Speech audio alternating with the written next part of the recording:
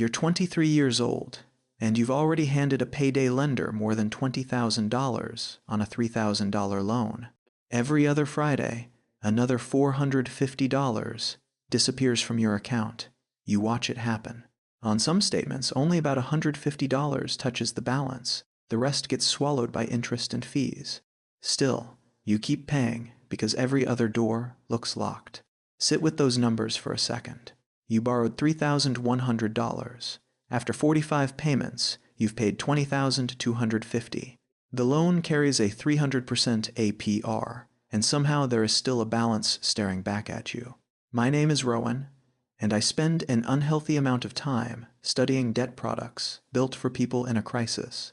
One emergency can follow you for years if the loan is designed this way. Subscribe if you want more videos that put the paperwork on the table and show you where the money actually goes. Payday lands, and your bank balance looks decent for maybe 1 second. Then the automatic withdrawal hits. You open the app and realize you're already short on rent. So you run the numbers again, even though you've run them 14 times already, hoping something changed while you slept. It didn't.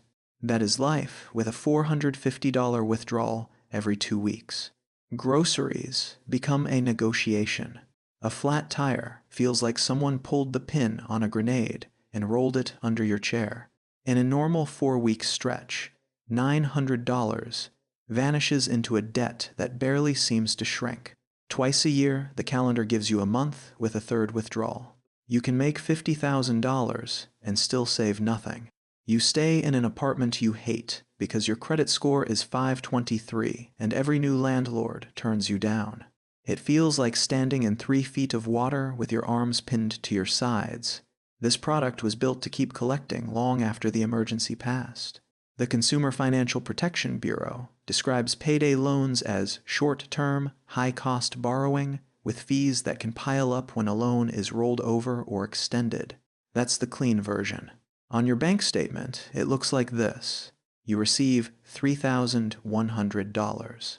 The lender charges an annual percentage rate of 300% and schedules automatic withdrawals of $450 every 2 weeks. An early payment can lose roughly $300 to interest and fees before $150 reaches the balance.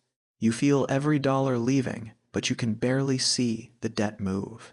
In a 4-week stretch, the lender takes $900 from someone earning $50,000 a year. That's more than a fifth of 1 month's gross pay headed to one creditor for a loan that started at $3,000.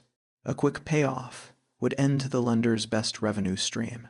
The longer you stay stuck, the more the loan earns. Now, do the ugly math. The loan began at $3,100. Each automatic withdrawal is $450. After 12 payments, you've sent out $5,400. After 24, you've sent $10,800. 45 payments add up to $20,250. Compare that with a 2-year personal loan at 35% APR, which is still painfully expensive. Payments on $3,100 would be around $180 a month, depending on the lender's fees and calculation method. The total cost would land somewhere around $4,300. This payday loan has taken roughly $16,000 more. That's a used car. In some cities, it's a year of rent. It's also the emergency fund you never got the chance to build because the lender kept reaching into every paycheck. Maybe this started when you were 21 and tore your ACL. The surgery cost $8,000. That same week, your partner left, 7 days before rent was due, and refused to pay her half. Your job involved outdoor manual labor, but your knee had just been reconstructed.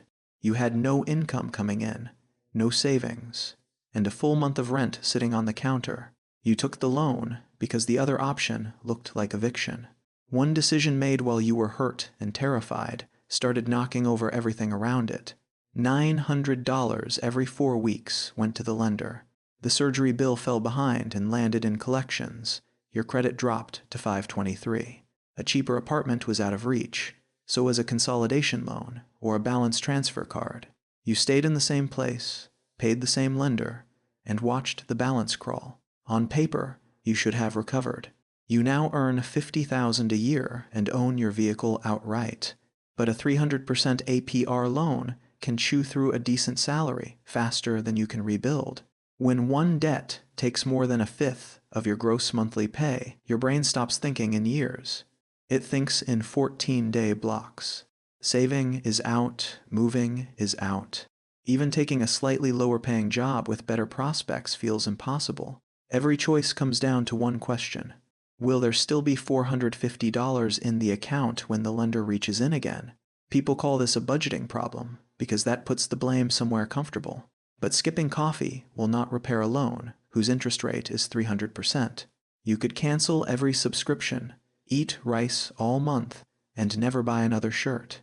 The loan would still be the heaviest object in the room. Taking a predatory loan during the worst month of your life does not make you stupid. A 300% APR product did what it was built to do.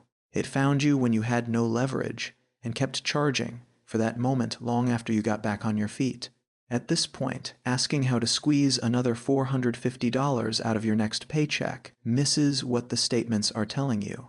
The machine gave you $3,100 and has already eaten more than $20,000. You need a way out, not another round of self-blame.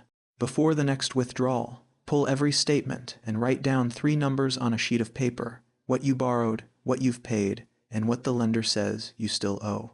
Then call a nonprofit credit counselor or local legal aid office and say, I borrowed $3,100.